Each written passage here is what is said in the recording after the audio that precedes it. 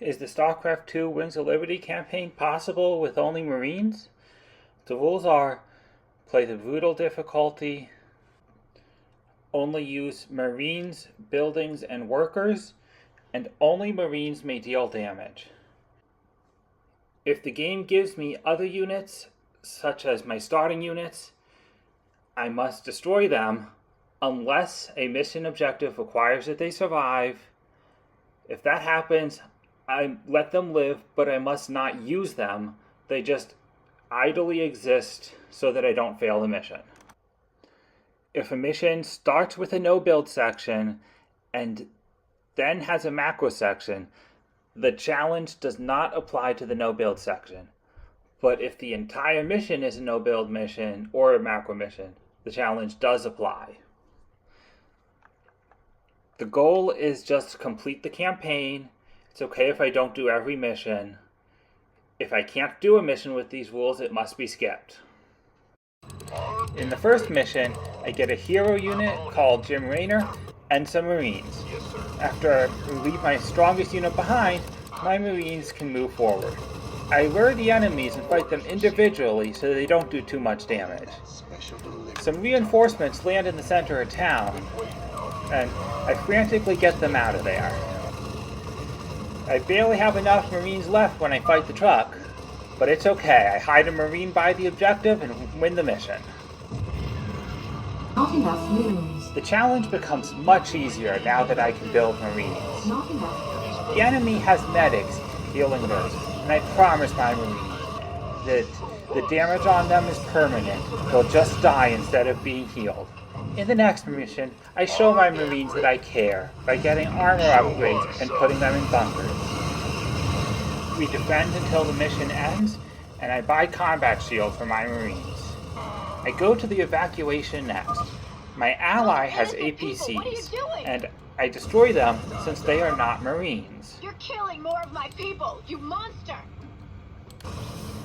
The Zerg are not a problem. This is an easy mission. But since I shot the APCs, I only have 49 of 50 colonists. Since I only need one more, I shoot the maximum amount that I'm allowed without losing. The Zerg try extra hard, but the final escort is still easy. Next we go to Redstone. The mission objective is gather minerals. Marines and bunkers defend quite easily, so I win. I unlock the laboratory, where I get the fortified bunker upgrade, giving extra hit points. Then we go to the armory, and get extra range and extra slots for the bunkers. Then we get drugs for our Marines. They deal damage to the user, just like real drugs, but these give a little attack speed and move speed too. Not enough minerals. The next mission has Nocturnal infested, but my bunkers keep me quite safe, and I can win the mission during the day. I chose Smash and Grab as the next mission. I meet the Protoss here. Every regular Protoss unit is bad against Marines or bunkers. The Protoss like special gimmicks, but it's not a problem yet. Next I go to Belshir, and even if it wasn't a challenge, bunkers are just amazing for this mission, so I easily win. The Tal'Darim are sealing off the Terrazine. We go to Haven next, where the Protoss continue their trend of losing against Marines. They send an elite Purifier mothership as a boss fight at the end, but I had enough bunkers ready, and barely beat it. Because I completed 9 total missions, I unlocked the SCV upgrades. I get multi-build and increased repair speed. Both will be quite good with my bunkers. I also unlocked +2 attack and armor upgrade, so I get ultra capacitors, giving increased attack speed for each attack upgrade. I go to the Great Train Robbery next, and finally, a bit of a real challenge. I gather some money and barely afford enough Marines for the first train. But then, the rest of the mission is really easy with bunkers next to the tracks. Fast trains aren't a problem with this many Marines. Next mission is Cutthroat. Normally it's a race for 6,000 minerals, If my opponent gets first, I lose, and if I get it first, I get a reward. But the reward is not Marines, so I just stop my opponent's mining and make Marines instead of saving money. Complete. I can afford many Marines since I'm not saving money for the objective. And I attack the enemy base and win the mission without hiring Mira. Next we go to the dig, and I couldn't do this first section with only Marines, but I did promise my Marines that I wouldn't ever let anyone heal them, so I deactivate auto healing on my medics and let them die.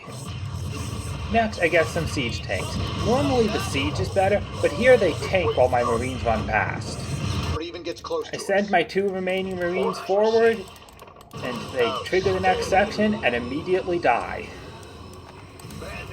The enemies from the previous section kill half my workers, but I get a bunker out with some Marines, and I'm stabilized. Then I establish my defenses right next to the drill. Wall off with 4 bunkers, and it's enough for the early attacks. I gain control of the laser drill, but it's not a Marine, so I don't use it. I move out whenever they send air units, and respond. This part's pretty easy with Marines, but a bit annoying. My bunkers maintain the defense for the rest of the mission. I get my last upgrades at the armory. Fire suppression system heals my injured buildings, and orbital command lets me drop a mining robot. Next mission is Mobius Factor. We're trapped by the terrain here, so I lift off a barracks in the command center, and we fly right next to the first objective. I put barracks anywhere they'll fit around here, and eventually I make a large army. Most of my Marines go to the 3rd Data Corps. Meanwhile, some of them were behind the 2nd Data Corps. The next mission is Engine Destruction. My ally Tychus must survive, so I make a wall of Marines with hold position, keeping them back. Then, my Marines can move forward and fight the enemy, but they're way stronger than me, so I collect them in small groups. I can't stop my ally fighting. I don't control Tychus, and if I kill Tychus, I lose. Got it. Of course. Sure. I again make a wall of hold position Marines in front of Tychus, so that Tychus can't run forward when I activate the next trigger. This way, Tychus will stay nice and safe, while my Marines can go forward. I beat the Perdition turrets by having one Marine run last, while the others shoot the very confused turret. Yes, sir. The mission objective requires that Tychus run in that green circle, so I don't block Tychus this time. After this, Tychus can go into the Odin. I can't completely keep the Odin out of combat here, but I can keep my units away. Some of this damage. Starting to feel I might say. Then I block the Odin with a wall of buildings. Yep, once you get them in a fight. My Marines easily destroy the remaining enemy bases without any help from the Odin. Base. Next mission is Supernova. This mission has a firewall, so my Marines secure the area, and then I move my base. Unacceptable landing. I go along the top of the map, since I need a ground path and the terrain blocks other places. I sacrifice some Marines, move in with the rest, and then surround the objective. Next mission is Maw of the Void. The enemies are on a separate platform, so I send a floating command center and barracks. But they have rip fields, which deal damage to any of my units inside of them.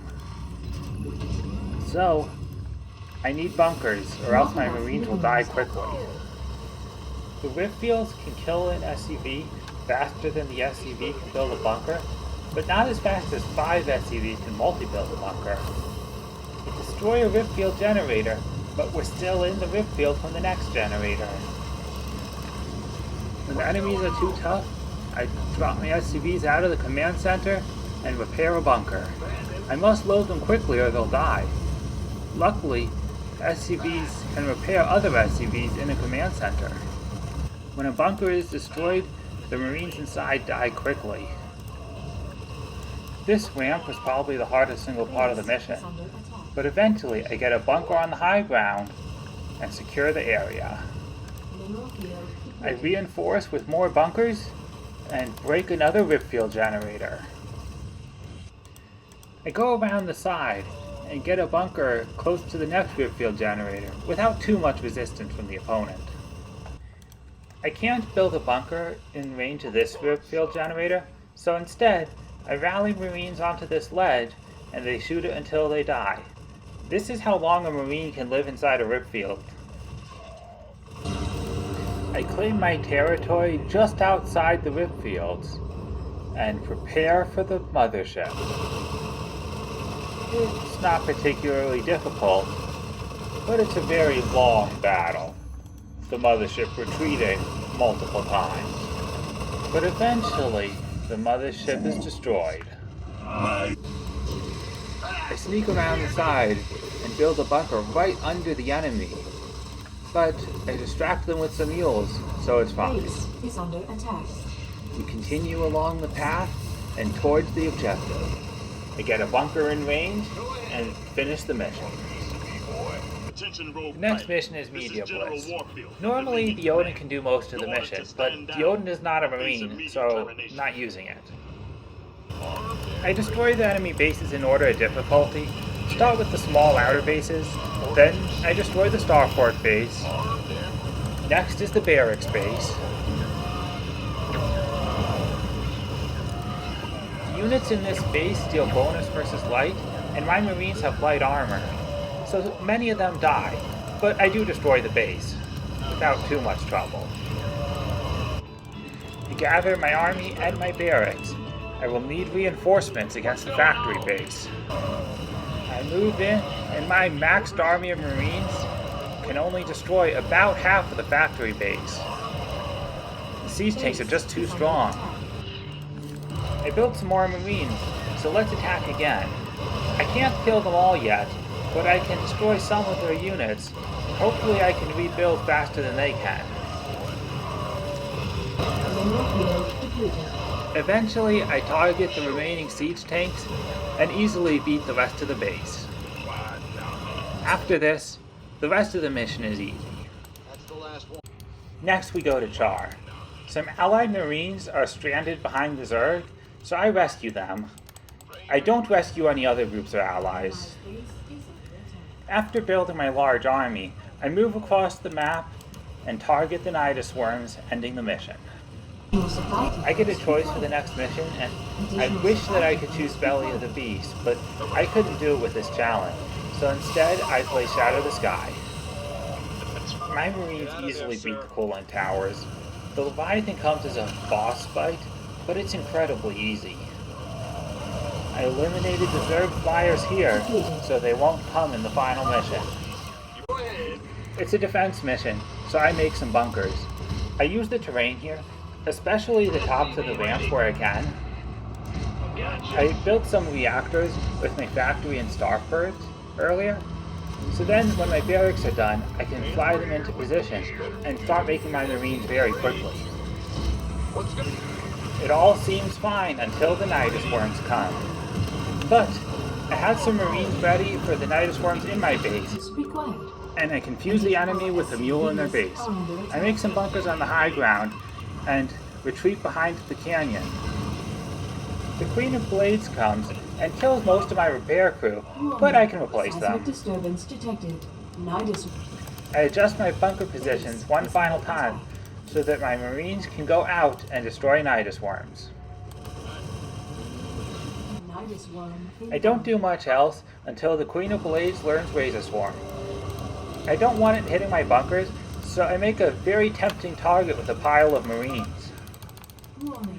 They can run out of the area, and they're more expendable anyway. The rest of the mission was more of the same, except the Queen of Blades went to the other side once, but the fight was pretty similar.